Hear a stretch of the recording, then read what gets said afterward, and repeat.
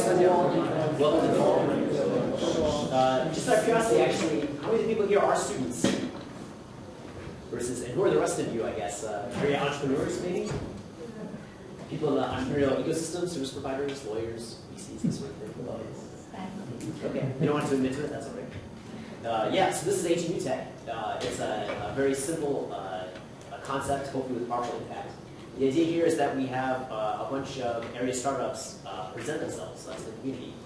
They have 5 minutes to make their pitch, and afterwards there's a 5 minutes Q&A from the audience.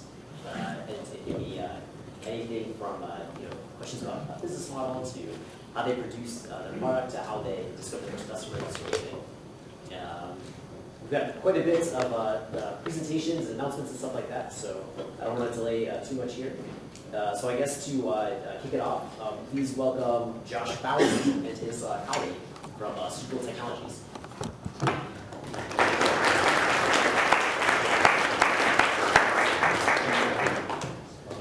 Hey everyone, my name is Josh Faust. I'm a software engineer in Civil Technologies, and I'm really just here to introduce Josh Tyler, who is our Director of Software Engineering. I was trying to think of how to do a good introduction. Putting the beam front and center would be a cool way. So this is my first time at this meetup. I'm in town from Palo Alto, California, where our company is headquartered. I'm actually an Ann Arbor native. That makes a difference to anyone. I'm excited to be back here. I actually am back here all the time. I guess what we're looking for today, or the reason that we're here with you today, is we're a growing company. We're considering expanding some operations in Ann Arbor. So we're obviously looking to hire, but perhaps even opening an Ann Arbor office for engineering or business development. So let me just tell you a little bit about this product. You're getting the best demo possible. I have the video in case this didn't work, but you're seeing it in person, which is the best. It's a remote presence device. Actually, let me turn the sound off. It's a device that's intended to give you the ability to travel anywhere instantly. All you need is an internet connection. That gives you full freedom of movement as if you were physically there. So you can have all the benefits and the power of face-to-face interaction without all the hassles and costs of actually traveling.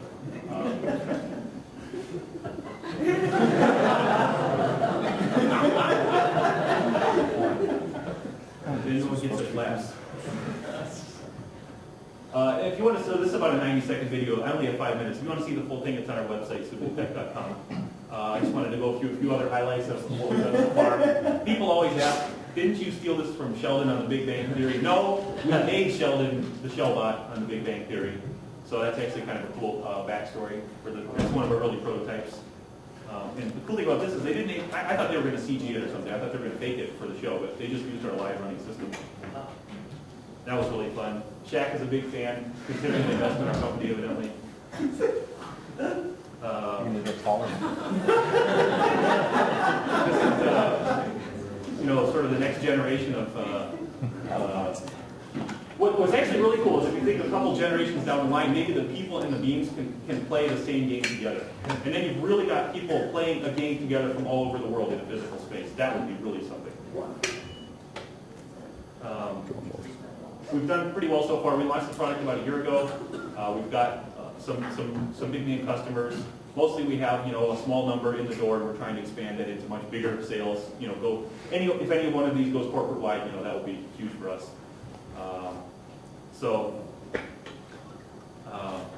This is just one sort of, I don't want to say arbitrary snapshot of what life is like in our office, where we have many of these devices. There will sometimes be 9 or 10 in use at a time, and we have about 30 people total. We have a truly distributed workforce, globally distributed. We have people in Europe, all around North America, and so we've been able to hire people remotely in a way that we just never could have before. We bring people in, we feel like they're really part of the team. And then the other part of that, on the flip side, we have people like Josh, who I wanted to, we don't have much time, Josh, but if you could tell just a little bit about your story and where you lived and how Beam has changed your life around. Sure, so I started in San Francisco area, working in Palo Alto, decided it wasn't worth paying San Francisco rent, and wanted to figure out other types of places that I might want to live. Started in Maui, went to Tahoe, spent a couple months in Santa Fe, now I'm in Boulder. I moved here just in time for the flooding, which is great.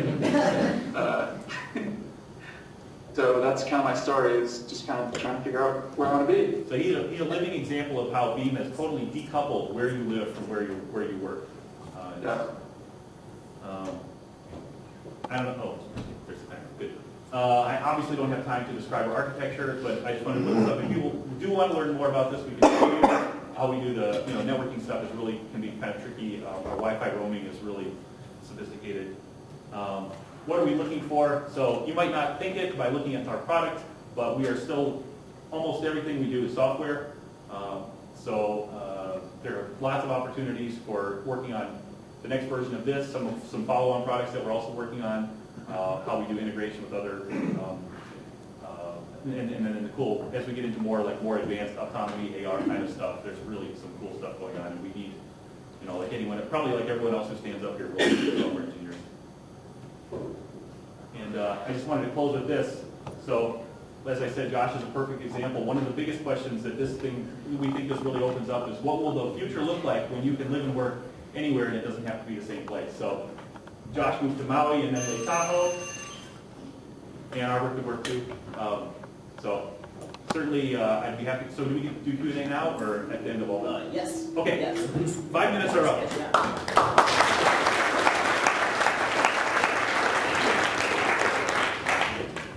So now is the 5-minute Q&A. If you can, there's these little pucks in between the seats, and so if you hold the 01 button, the little red light will come on. Otherwise, you just have to project, I guess. Yes. What's your profit margins look like? Per unit? So whatever you want to give me. Well, I'm probably not the right person to ask. I know that, I can't get into those kind of business numbers right now. You'd have to talk with either our CEO or our VP that's working on that side of things. But we'd certainly be willing to discuss it, and have a deeper conversation. Well, let me ask it a different way. Are you cash flow positive? Oh, no. No, we're in a what do you call it, pre-revenue. No, sorry, we have revenue. We are pre-profits. No, we have significant revenue coming in. So I should have included this. The device starts at $16K per unit. Discount pricing is available if you want lots of them. But again, I'm not the right guy to help you with that. Is there a monthly subscription service for the software, or you just purchase the unit and then you have sort of... Most of that is purchasing the unit. There is some service and support. Okay, but the unit cost is the Yeah, we say that it starts at $16K and there's a little bit on top. But again, you'd have to talk to our sales rep to get an actual quote. Yes? What are your business with pendant on? Yeah, so I think the number one request we get from our customers is, how do I get it into an elevator? And so, yeah, we've thought a lot about it. In fact, we came out of a robotics research lab called Willow Garage, where we did very sophisticated personal robots and did with arms and grippers and manipulators, and boy, that stuff is really hard. That stuff is really hard, and that's why we stripped this down to what we thought was the bare minimum of what it would take to create a compelling device for this kind of use. So hopefully not too long, but the devil is in the details on that kind of stuff. Yes, in the middle. Since there aren't any appendages currently, it appears that the user would have to have what in costuming is called a handler, meaning, so in this case it's you walking the unit around, opening doors for it, etc. Have you encountered that a lot? Have you thought of any obstacles to get around it? And how is that possible if, for example, the user doesn't necessarily know anybody in the place where they like to quote be? Right. So that's a great question, because that is one of the biggest obstacles to adopting this kind of technology. And if you look at any of the competitive, or there are other somewhat similar products available, they're all much more limited in that way than Beam is actually, because this thing, you can dock yourself. You don't need anyone to reconnect it. You can push things out of the way. It's actually much more powerful than anything else. It could, Josh can demonstrate with this chair. If someone's blocking your way, if there's a chair in your way, you can just, the idea is that you can do whatever a person can. If I were walking behind this desk and the chair was in my way, I would push it. Now, the two obvious limitations we already mentioned: elevator buttons and latched door handles. So we've changed our office slightly so that we have doors that either can be mechanically actuated, like if you take a handicap, one of those buttons, and put it at ground level, that'll work. Or you just change it so they don't latch from either side or something like that. You know, I was thinking that it was a huge obstacle for the elevator and the doors and everything. But all you need to do is just say, excuse me, can you help me? Could you hold open the elevator door for me? I need to get off at the second floor or whatever. Yeah, that's right. Or open the door for me. Yeah, I'm a quadriplegic. I don't have any arms or legs. All right. It's important that you don't have to ask for help very often, or else the local people will start to kind of. We've seen this from our research in our early prototypes. You want to be able to do almost everything without asking for help, so that's why we tried to design that as much as possible. But the other problem with elevators is it's basically a Faraday cage. You know, once you go in there, you're probably going to lose your job. Our solution is that you put a beam on each floor, and then you can actually get there instantly. Yeah. Yes. Can you see your top 3 markets? I'm sorry, I couldn't hear. Top 3 markets? What is the Top 3 markets, you mean in terms like geographically, verticals? customer base? Oh, okay. So we started with the idea for kind of our own use case, which is a distributed technical team to promote, like what you might call a hub and satellite team, where you've got a lot of people co-located and a small number of people who work remotely permanently and either spend a lot on video conferencing or travel. So almost any kind of industry, I mean, for us, we really try to focus on what was around us in the Bay Area, so technology. That's why you see some of the companies were listed there, like Intel and IBM. We think that's great. We're also looking at things like assistive care. It's a little trickier when you get into medical, but assistive care, kind of living communities is really interesting, and also education. I don't know if people have seen, there have been examples of kids who have been able to attend schools because they have a medical condition that prevents them. We think it's even possibly more interesting to be able to have teachers, professors, instructors go into sites all around the world. You can have that expertise on call, basically, so that you're not limited again by geography. Awesome. Thank you so Heard much. Bell. Yeah. Okay.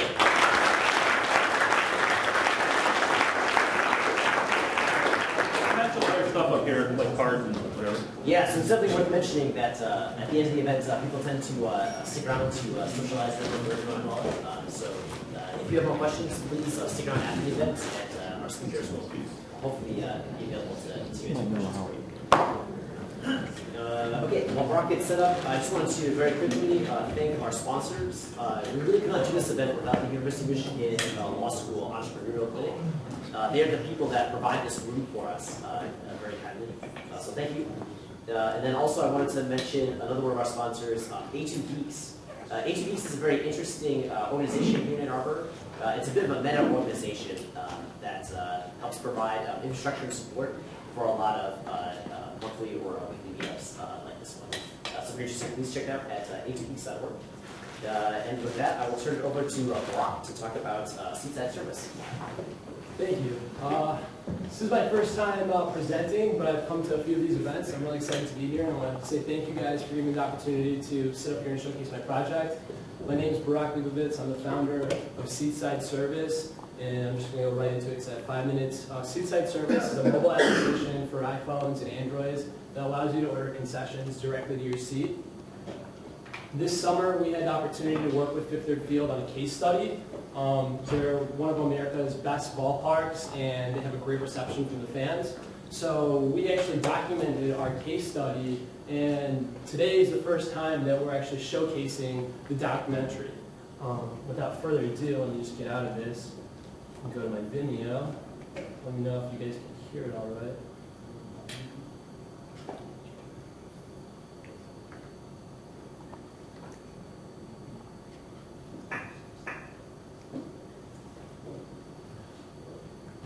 Hey fans, we here at Fifth Third Field know that you love your buttons and don't want to miss a single minute of the action. And now thanks to our friends at Seatside Service, you can actually order some of the best food and beverage Fifth Third Field has to offer directly from your smartphone and have it delivered right to your seat. Just download the Seatside Service app on your iPhone and treat yourself to some Seatside dining service.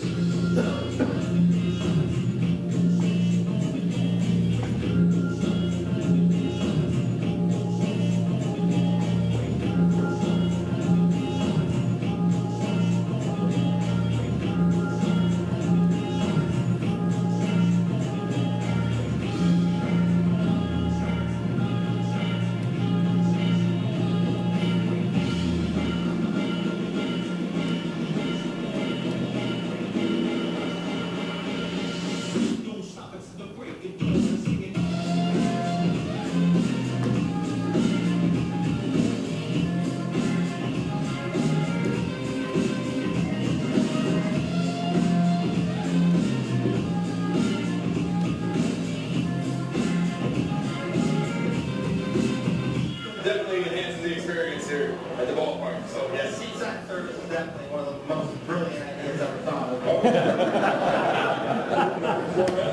Oh, it's incredible. With the kids, this stuff is hard to get away, and they came right to us. It's quick and easy, and I didn't have to mess around with cash out of my wallet or waiting in line. Seatside service has been great. We have a handicapped person that we brought to the baseball game today. I was a little concerned about bringing him here, about bringing stuff back and forth between the seats, and it's been a great service for us today.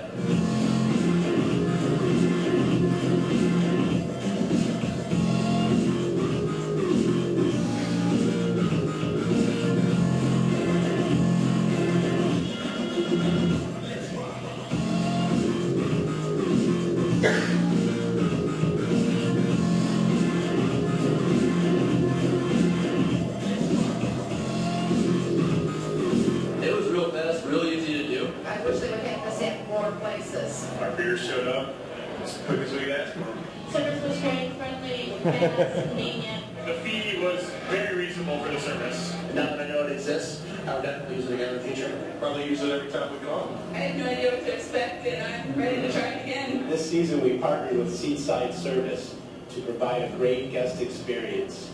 Food and beverage delivered right to your seat, ordered right from your smartphone or your iPhone. And I'll tell you, we've had nothing but great response from our fans, and they really enjoy this service. I would recommend any ballpark or arena partner with Seatside Service and provide this great service to their fans.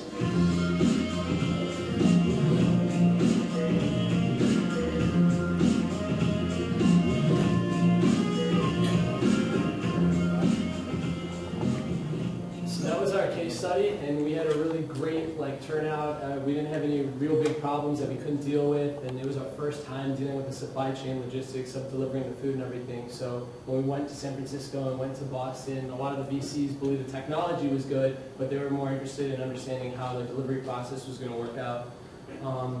This is some of the demographic information of the people who are using our application and platform.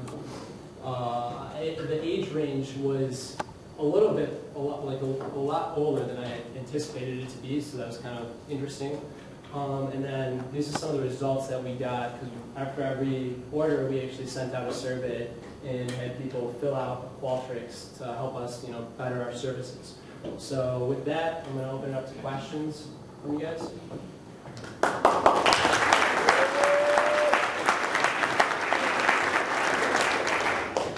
So what kind of service fee do you charge on a typical delivery? Okay, so there is a negative correlation between obviously the demand on the platform for the service and the service fee that we charge. So we started with 15% and $1, so we had a fixed and a variable service fee because we didn't want to waste a vendor, like one runner delivering a Coke, so we had it fixed, and then we had the variable to make sure if somebody was going to place a $100 order, that we weren't wasting one vendor going for $1 on the fixed side. So we played around with it, and then obviously we sort of lowered it a little bit throughout the game to kind of, because it was a case study, we wanted to see how much could we really handle. So we ended up doing 10% and 75 cents throughout the majority of the time. And your runners had some kind of device themselves to let them know it was delivered and everything? So we had an iPad that we used, and our backend system works really well on the iPad. So they could see what orders were coming in, which needs to be processing, if they were already being processed and they were delivered. So yes, but it's not necessary that somebody, if we implement this in future venues, that they need to have hardware to do it, just some sort of backend system that we can integrate on. So I'm curious why you just didn't use a smartphone to do this? We could, it was just easier with an iPad. Okay. Pretty bad. Do you have to have your own concession stand inside?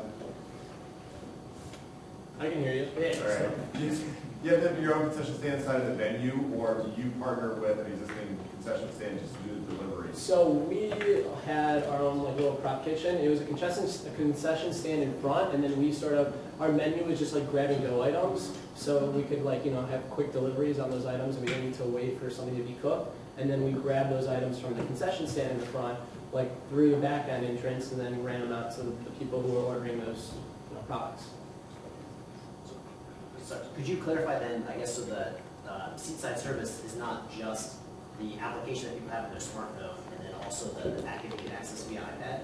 But you were also having the runners that were. Well, we only did that because we needed to understand from the supply chain management side how we're going to deliver products. We don't anticipate, we're a software company. We're not doing this in the long run. We're hiring. It's actually better for vendors to use our services because most of the vendors that are coming to the stadium work off commission. So our actual orders were higher per caps. From the concession stand, it was like $7 on average were being ordered. From our back-end system, or from our platform, it was around $15 to $20. So the vendors who in the future were delivering these products will be making a greater commission. And then it's also cashless transactions, so it decreases exposure from the venue because there's a lot of theft that happens when people are, handing cash down the road, a bunch of people that you don't know, and then the vendor, there's a lot of issues with that. I mean, from our experience when we talk to venues, that's what they're concerned about. Awesome. I'm going to get some data. Okay. The total amount of sales that occurred, did that exceed what was previously done at the stadium? This was never previously done. No, just their general overall sales. We just got done with this, so I need to kind of follow up with the guy to see how we tagged in terms of, they have greater sales coming out of this concession stand because we were operating out of that concession stand, and they had to do inventory for that concession stand. So we're not there yet. We just finished. At the end of August. Oh, okay. You in back, cool guy. Do you use existing vendors at the stadium? That's the plan. That's the plan. In the future, we would be using existing vendors, and it would be hands off from us. So do they charge with their credit card? Or, it's all credit card. Okay. Through the application. Any competitors or? Yeah, there's actually quite a few competitors, and they're popping up more often now. So we have a company called Bypass Lane that we can compete with. They're in a few venues. There's a company called Sweet Seats that we compete with. They're relatively later on in the game than us. We kind of are playing catch up. But right now, the biggest hurdle to get inside the stadiums is the bandwidth. I mean, if you're at Michigan Stadium or if you're a large venue, it's difficult to even send a cell phone text message out. So we think that, we have the opportunity right now because we haven't raised a significant amount of capital or built hardware for our platforms, which a lot of our competitors have done, that the stadiums now realize that they have to compete with the in-home experience. It's much better for somebody who wants to sit at home, watch the game on their big screen TV, and have a beer in their fridge versus fight the crowd at a stadium. So now people who are, vendors and the stadium owners that are going inside the ballpark realize that they need to have a better increased fan experience. This is another way to compete with that in-home experience. Can't help you with the cost. Awesome. Thank you. Thanks, guys.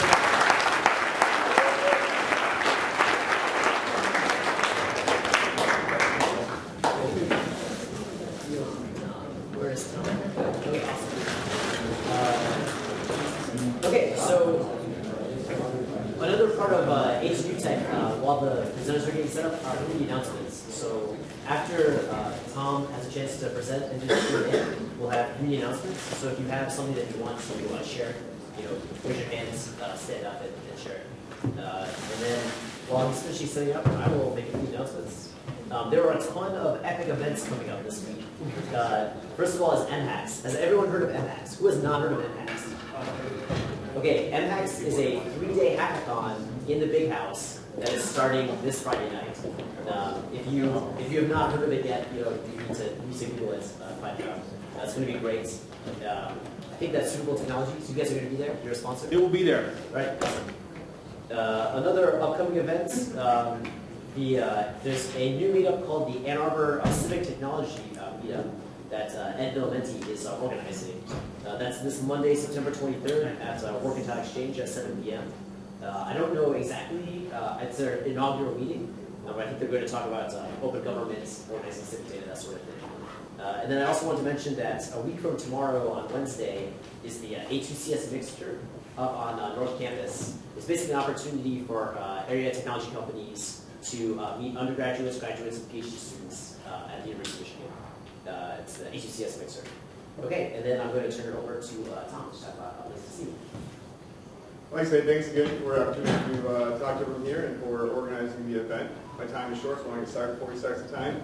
So I'm Thom Munger, and I'm the founder of the for-profit Arbor Technologies, where we're building a personal learning architecture. And some of our initial funding was provided by the Michigan Department of Education through a grant. My co-founder is actually the founder/director for a nonprofit that we're creating as well called The Place to See Incorporated. So if you want to check out some information in case we lose time here, you can check out the design report that was commissioned for the Michigan Department of Ed at tinyurl Place to See, or our website at aplacetosee.org. So what we're trying to do is solve a whole slew of questions that probably is too big for us, but we don't care. So what we're going to do is answer the questions of how can education software developers more efficiently gain users or even reach schools or agencies they're serving? Or how can education agencies, be they state, local, county, reduce their costs for information infrastructure they're currently paying for? And how can these education agencies know if the software or the content they're buying actually is effective? And more importantly, how do we create a valuable lifelong education network? And so what we're doing is we're making IGGY, which is short from the Norse mythology, Tree of Life and Knowledge, and it's a personal learning architecture as a content ecosystem and information infrastructure for collaborative education. If you've ever dealt with educators, you know they like acronyms, and so this is the king of all acronyms, if you will. But what exactly is that, right? So the point of it is that it's an information infrastructure that has an app and content ecosystem that floats around it that can unite all the stakeholders, be they parents or schools, government, and even businesses themselves. And so what we're doing is we're taking these stakeholders and we're giving them an incentive to be involved in various ways. And it's a big picture, so it's kind of hard to spell out initially. A part of it is making sure that the standards that we teach education, and if you're familiar with education, how the whole thing works of how a freshman in high school learns what slope-intercept is, it has to do with how these standards are created. But even that needs to be updated. And that's part of what we're setting out to do by, again, working with employers and developers in the future. The current information infrastructure for a general personal learning architecture is completely scattered. And I did not try to make this purposely hard to see, although the color scheme doesn't really work out. I tried to organize as best as possible, but these are the different information infrastructure components that exist now, where schools have an information system, they have assessment, they have content, and they're trying to connect all of these different stakeholders, and it's very difficult because it's not housed under one system. So instead, what we're doing is we're taking all these different users, man, this is the best color scheme ever, and we're taking all these users, giving them various levels of permissions, and being able to connect them to this information infrastructure and content ecosystem that links back into their assessment, where their student work would be, where their student information system would be, and where their content would be accessible as well. So what we're providing is an app ecosystem for developers to distribute to that can directly reach the agencies and the information systems that house some of this user information. We can have all content apps, be they a book or an actual educational game, be rated for effectiveness because they link back to this information infrastructure. Agencies, so state levels, for example, pay $30 per year per student for services that after deployment we can offer for free indefinitely because of this ecosystem. So in the case of Michigan, who we designed this for, it saves them $45 million a year out the gate.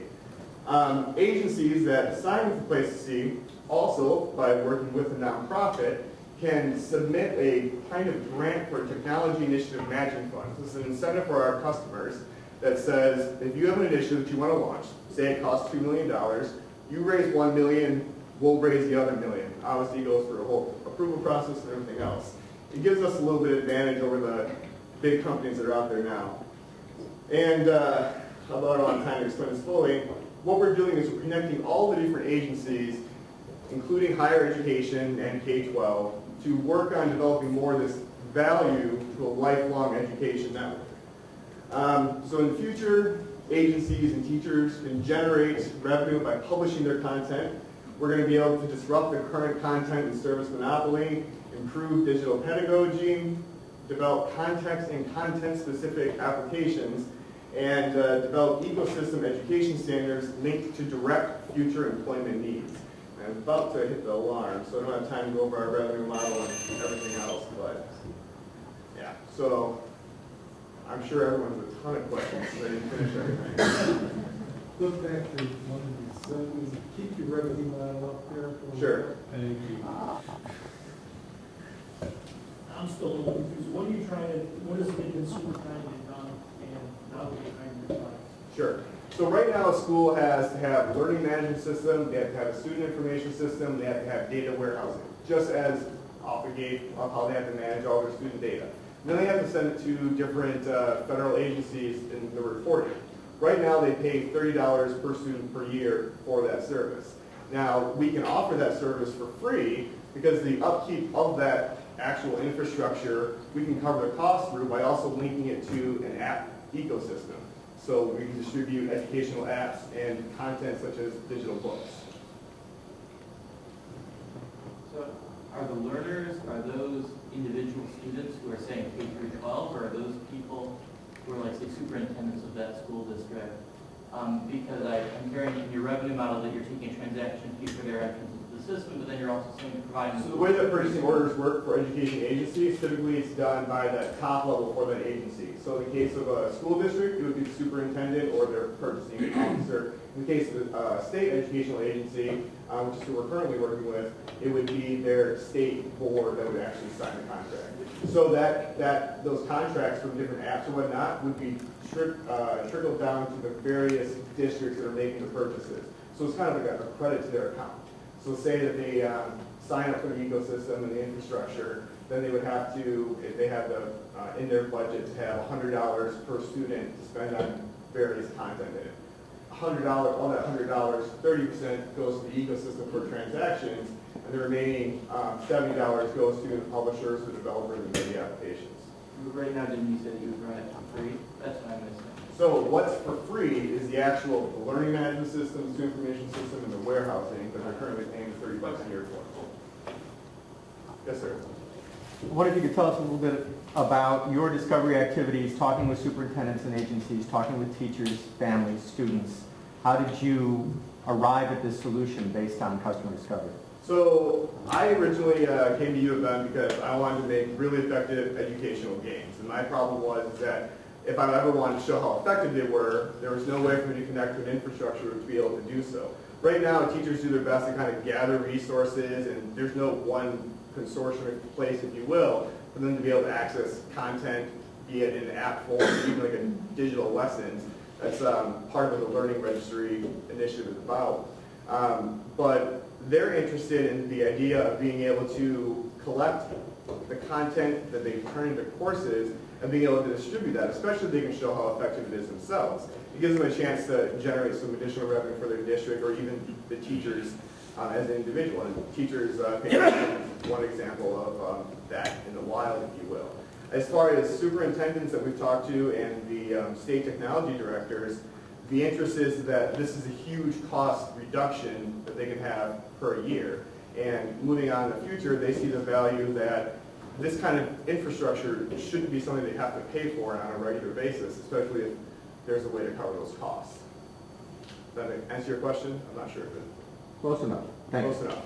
Yes, ma'am. So are you connecting to the LMS or are you eliminating The LMS is part of the dashboard, and there would be what access you have to that learning management system would depend on what type of user you are. So our dashboard has a way that if you're a student, there's also all your courses managed, versus if you're a teacher, you have your courses for your long-term professional development, as well as your individual courses where you're a teacher of that you can connect into the students. So as far as the learning management system, it's part of our dashboard that's also part of a course management system. Yes, sir. Is there anything currently in a district level that is like what you're saying you do? Yeah, so there are big publishers, Pearson, Dell, HMH, McDougall, that have essentially pretty close to our same kind of design scheme. The big difference is, so they can get at a district level. The big difference is that if you use those systems, you can only get the content provider's content. So if you use Pearson's system, you're only accessing Pearson's content. Not only that, but software content developers have to pay a substantial development fee to be able to access their ecosystem in the first place. So this type of architecture is kind of available, but it's not open and it's definitely expensive. It's $100 a year with a tablet device for, say, Pearson's ecosystem. Excellent, thank you.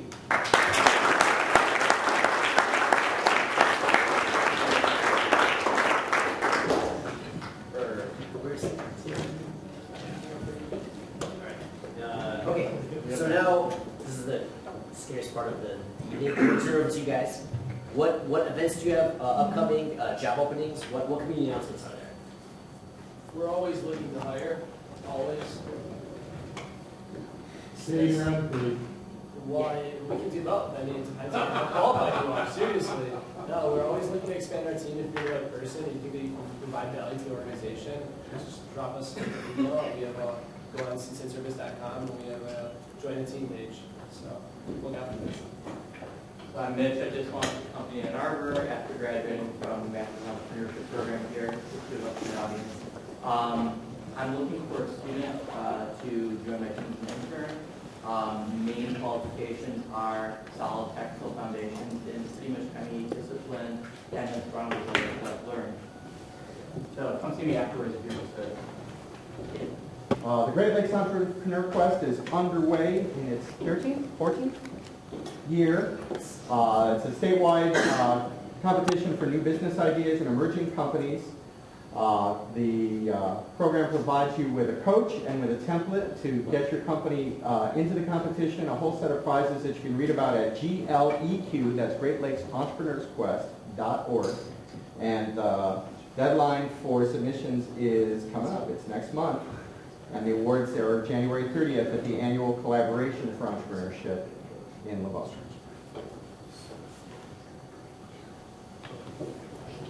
Yeah, go ahead.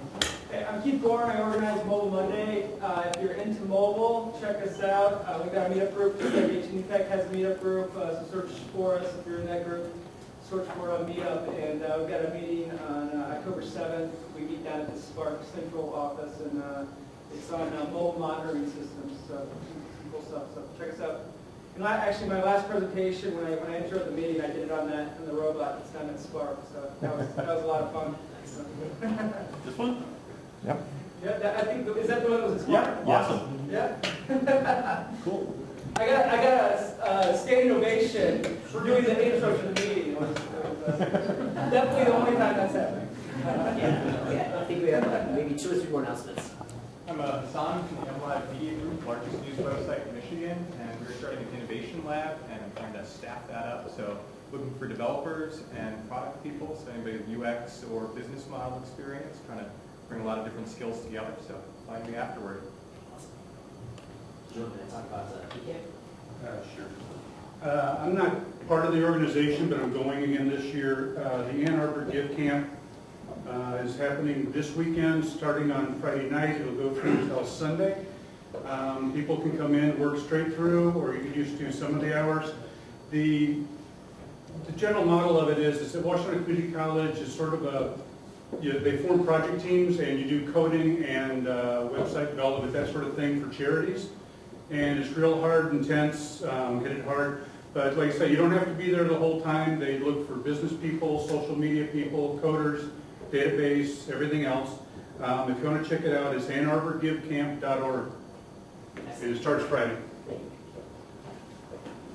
OLARP is looking for a senior UX engineer and a PR and social media ringleader. I'm not sure what else my comment is. But if it sounds interesting.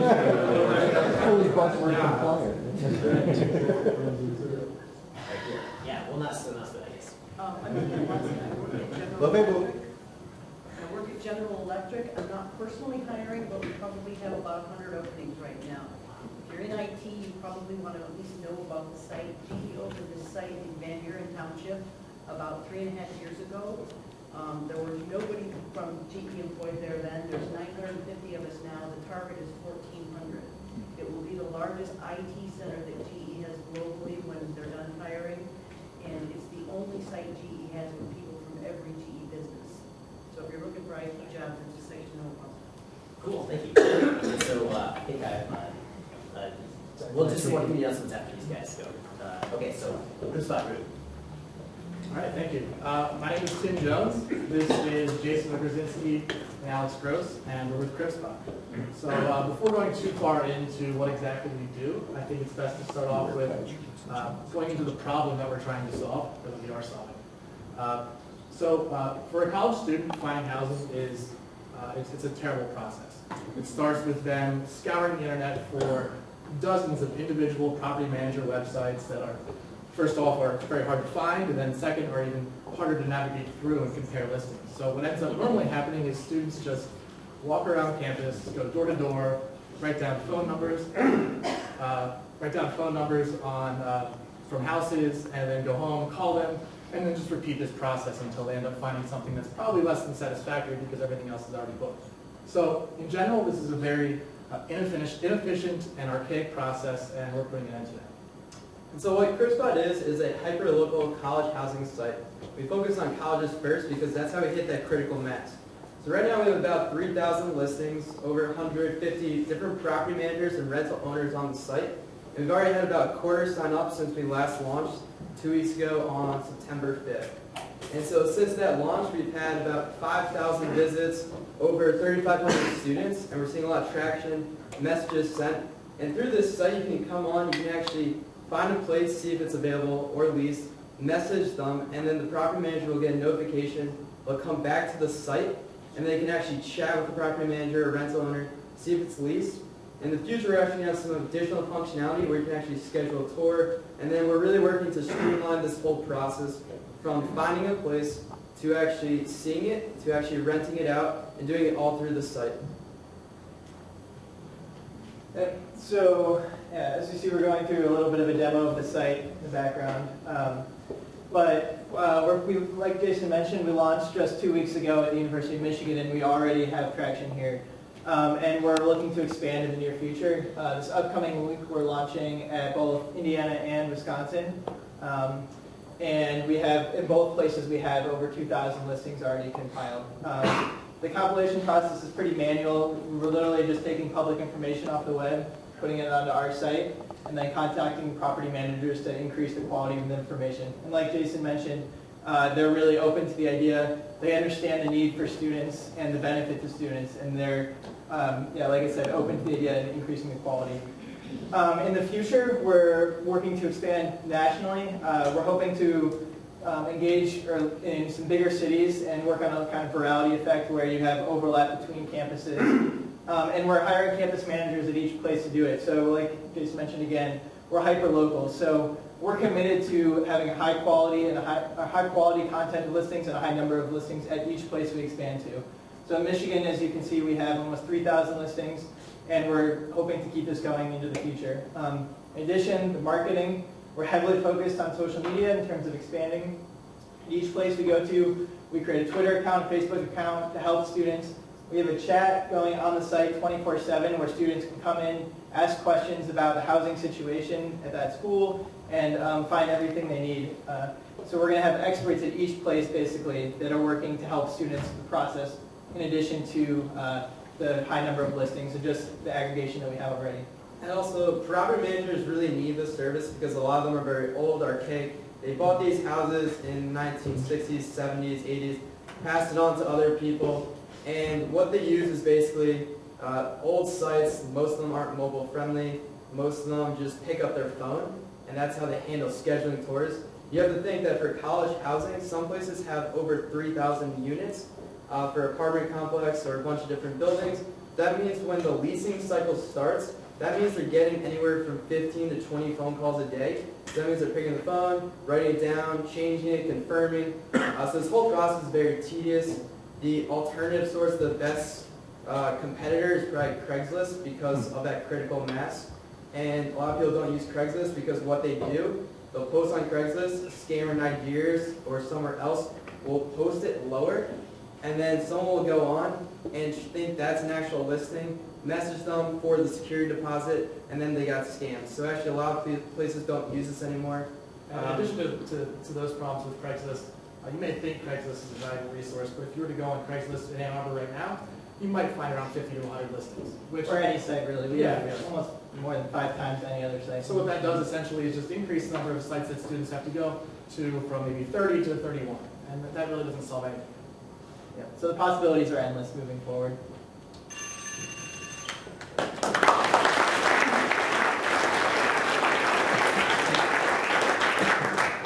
Jason, how do you make money? How do they make money? That's great. So the first way we start doing this is, everyone's familiar with how Google makes money. They use AdWords to get to the top of search listings. So over here we have these listings, and you can actually feature to get your listing on top there. So we already have this implemented and integrated in the site. We have a partnership with the Michigan Daily, the student newspaper. So if you come through our site, you can feature something, you pick a day, pay $15, it gets to the top of that listing sidebar there. We think right now, based on some preliminary numbers, it's like 3 or 4 times higher click-through rate just because it's on the top. And so for people that don't have places close to campus that don't get rented out, this is really big because you got that place that needs to get off the market, you're going to pay for it. And so they already do pay for services like this. They pay for less quality leads. They pay about $10 per lead. So we're going to offer higher quality leads in the future. We're actually going to do scheduling tour features. So a lot of people charge for background checks. They'll charge about $45 as an admin fee per person to do a background check, collect the lease, and schedule a tour. So we'll actually replace that. We're going to charge a similar amount of money, except we're going to do the scheduling, the tours, we'll do the background check, and we'll have them come onto the site, do the admin, and collect all those fees, and then profit margin anywhere from 50% or higher, depending on how much the background check costs.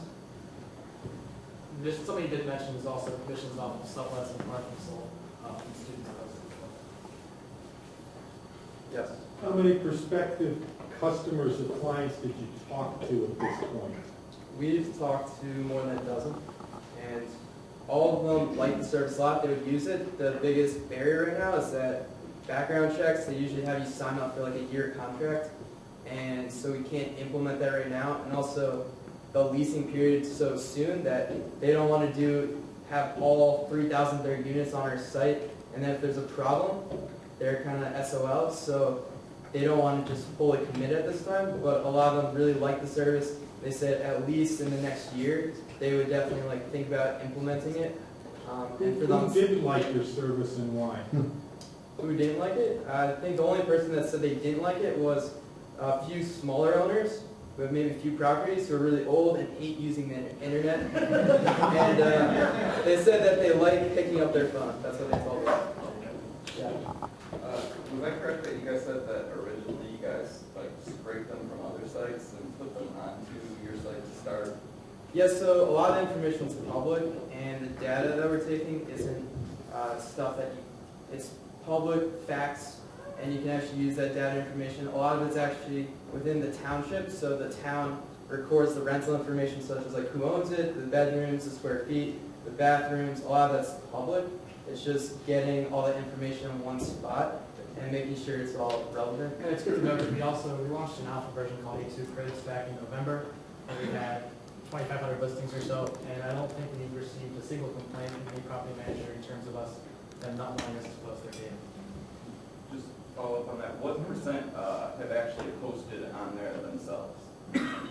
Posted on there? Well, is that even an option right now? It is, but not in this case because we've pretty much got 95%. So you usually claim your listings. So you have your listings, you come on and claim the listings, you create an account. And so we've had, I think, over maybe 18 different property managers come on and claim their listings. It's also important to note that we've only actually started reaching out to property managers in the last few days, so a number on that would be sort of hard to have a significant number on that just yet. Yep. Me, right? Yeah. All right, yeah, I'm just curious because I get what you guys are trying to do. I like the idea and everything like that. My issue is that you're people that are the property managers who own the actual properties, who do the leasing of the properties, and what you said, they're archaic in a sense of how they manage the properties and everything like that. How are you making sure that the properties that you guys are listing are actually currently still available? If I find a property and I call it, I get excited, from the guy said, hey, I just picked up the phone and I already, how do you guys manage that? Yeah, so the next step in this progression is crowdsourcing that data. So we're just going to have simply, if it's claimed, you can mark it as claimed. The other way is we're going to have group settings so that you can favorite all your listings. So us three are in a group here. We have all our listings. We call up the place, they say it's leased. So to make sure that the rest of the people in our group know it's leased, I'm going to mark it as leased in my group favorites. Well, they don't know that, but that information is also going to the rest of the site. And when it hits like 2 or 3 different people have crowdsourced that information marking as leased, then we update it. Thank you guys. Thank you.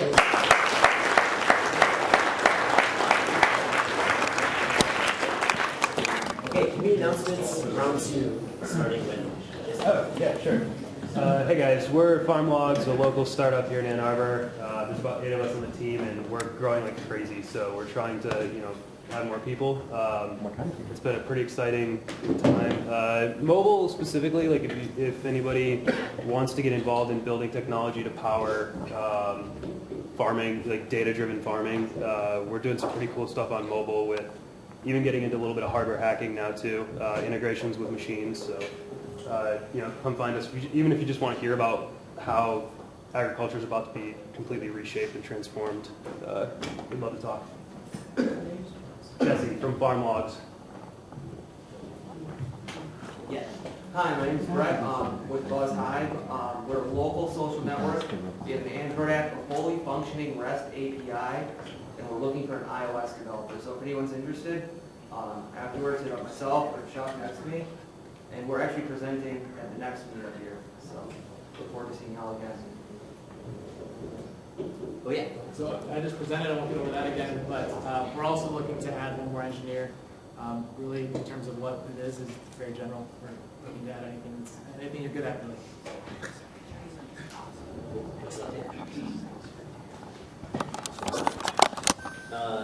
Any other community announcements? There's one other very important piece of this. So the there and then our start. The deadline for student submissions to Accelerate Michigan competition is a week from tomorrow, September 25th, and grand prize is $25,000. Second place is $15,000. Third place is $10,000. So it's worth considering. Okay, and then the last thing I want to mention before our last presenter is typically after a little bit of socializing, people find their way to a restaurant or a bar for an after party. Is there any interest in that this time? Yeah, okay, cool. Any particular venue that people have in mind? Are they still open? I actually just have to do, I don't know. Yeah, I think it's a little bit too late for one idea I heard previously was Neopolis. They have a pretty good selection of beers. Basically, we went to Pizza House last time, and that was fine. Yeah, we've had a little bit of trouble with the village stuff with Pizza House. We're gonna try it. We're gonna try it differently, guys. Okay, please welcome our last speaker, Vasu.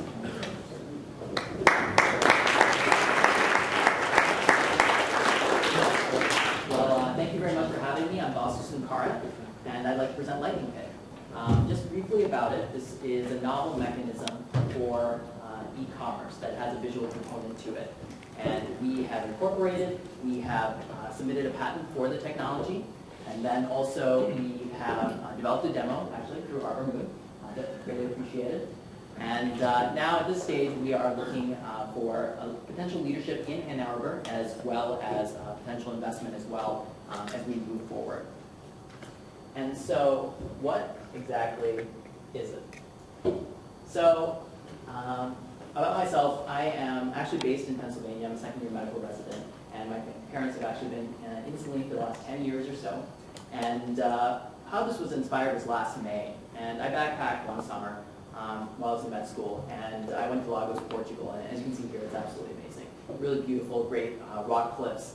And I was just thinking, it's just amazing, just that experience, but it would be great to be able to share that experience more viscerally. So you go from a picture, click it, and then if you could share it with your friends, write something very limited on it, and then from there, go to making a purchase, getting a hotel in Lagos, making a reservation for a flight. But it's very limited and very succinct based off of that. So that was the premise. And where are we now? So we're focusing on web reviews and how purchases are made. If you look right now, this is how a lot of web reviews are. Angie's List, Yelp. Lots of words, very content-based. Pictures are there, but they're limited. Similarly, if we look at how people buy things, oftentimes on the internet, oftentimes you have to know ahead of time, well, I want that t-shirt. I want to get that glove. And you type it in, and that's where it's at. So it's self-directed searches, but you feel something's missing. And specifically, that idea of exploration, discovery. Similarly, pictures, front and center, having something that captures your attention through images. And the people you care about, your friends, your family, creating a social network for the things that you love, but going beyond just looking at it, but rather bringing it into your life. And so we want to go in a different direction and do something like this. So as you can see from the previous image, front and center we have Kamala. She has a picture, she's bought a bag, and she takes the picture herself. So this is not like Pinterest where we're drawing it from the internet. This is an actual image they take themselves, post it, and then through Lightning Pick, we'll identify what the handbag is. Through that, we'll go through our database, link it to exactly where it can be purchased. And then it'll be sent through our system to where her friends can see it. They like it, they click it, they buy it, and stuff. So as an example, try to do this pretty efficiently. Let's say we got these two shoes here. Then we have our app. So it's really hard to see, I know, but these are images people would, if you can imagine, would take themselves. And from there, they click, and you can see where to buy it. The words are secondary, but they're there. Similarly, you can take a picture of these very shoes. So a picture is taken, use it, and then that picture will be directly uploaded to the main home site. Click on it, and from there, you're able to go to see where exactly it will be purchased. So that gives an idea of how it would work. So that is kind of what we're thinking with Lightning Pick, bringing pictures and ideas to people directly through a novel mechanism. Take the picture, go through Lightning Pick, your friend will get that very bag you took a picture of. And we feel that this will be something very novel. It's not out there right now. People use canned photos that are coming from the internet, not their own images. We'd like to start out in the Midwest, start in a few strategic high growth areas, and then expand from there. And this could be potentially anything, flights, hotels, boats. And we could then affiliate and go through commission from there. For pictures we see are the future in terms of communication and in terms of how people buy things as well. And so, what is your Lagos moment? Do you feel that there are things and experiences you've had in your life that you'd like to share as well? We'd like to be a part of that.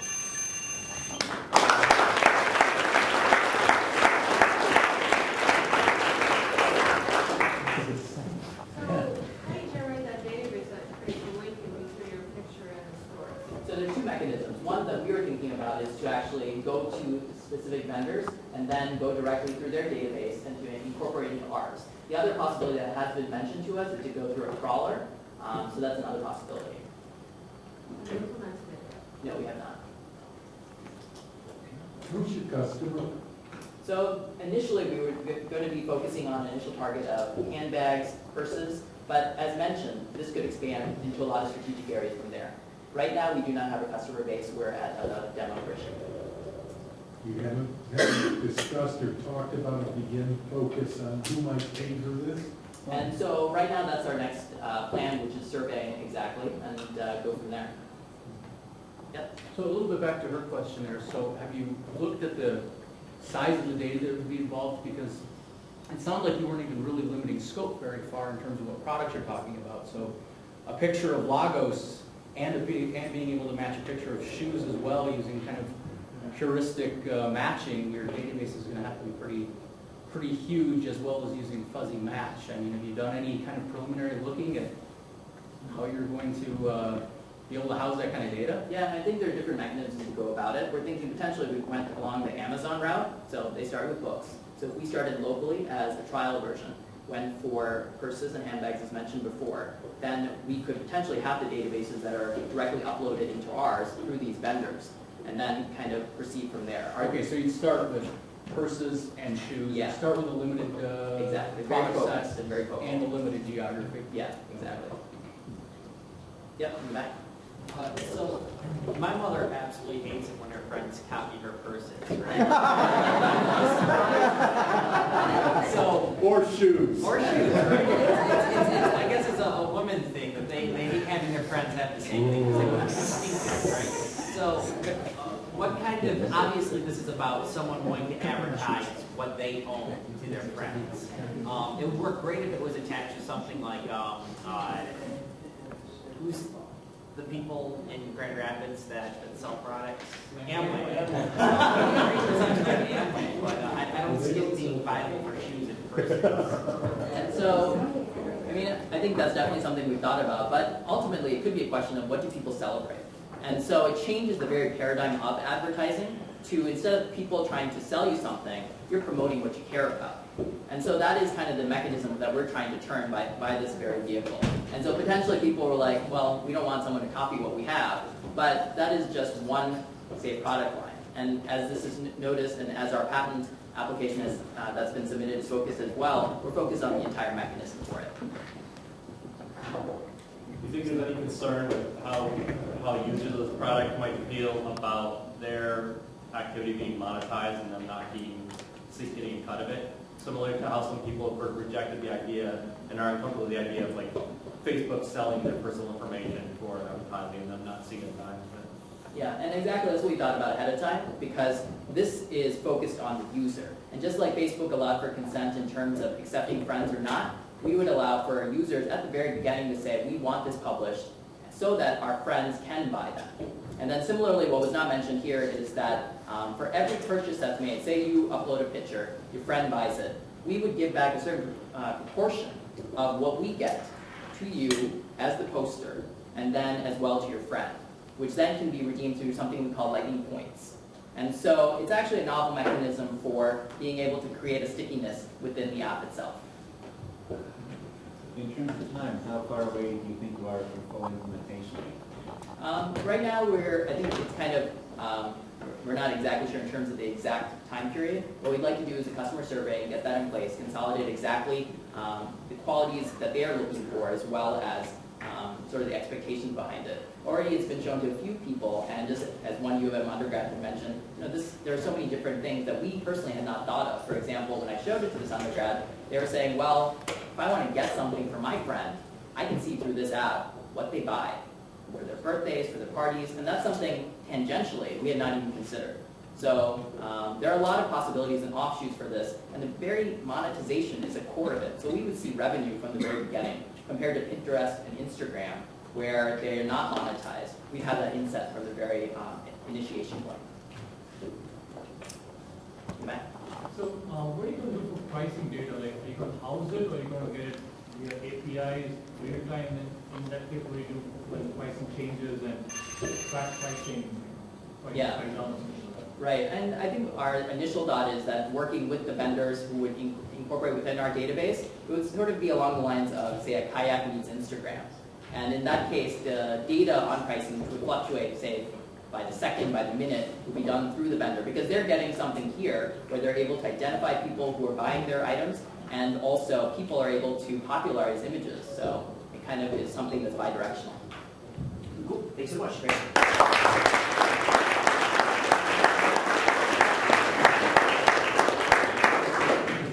That concludes the official part of A2Newtech September. Please stick around and ask more questions if you'd like. Thank you.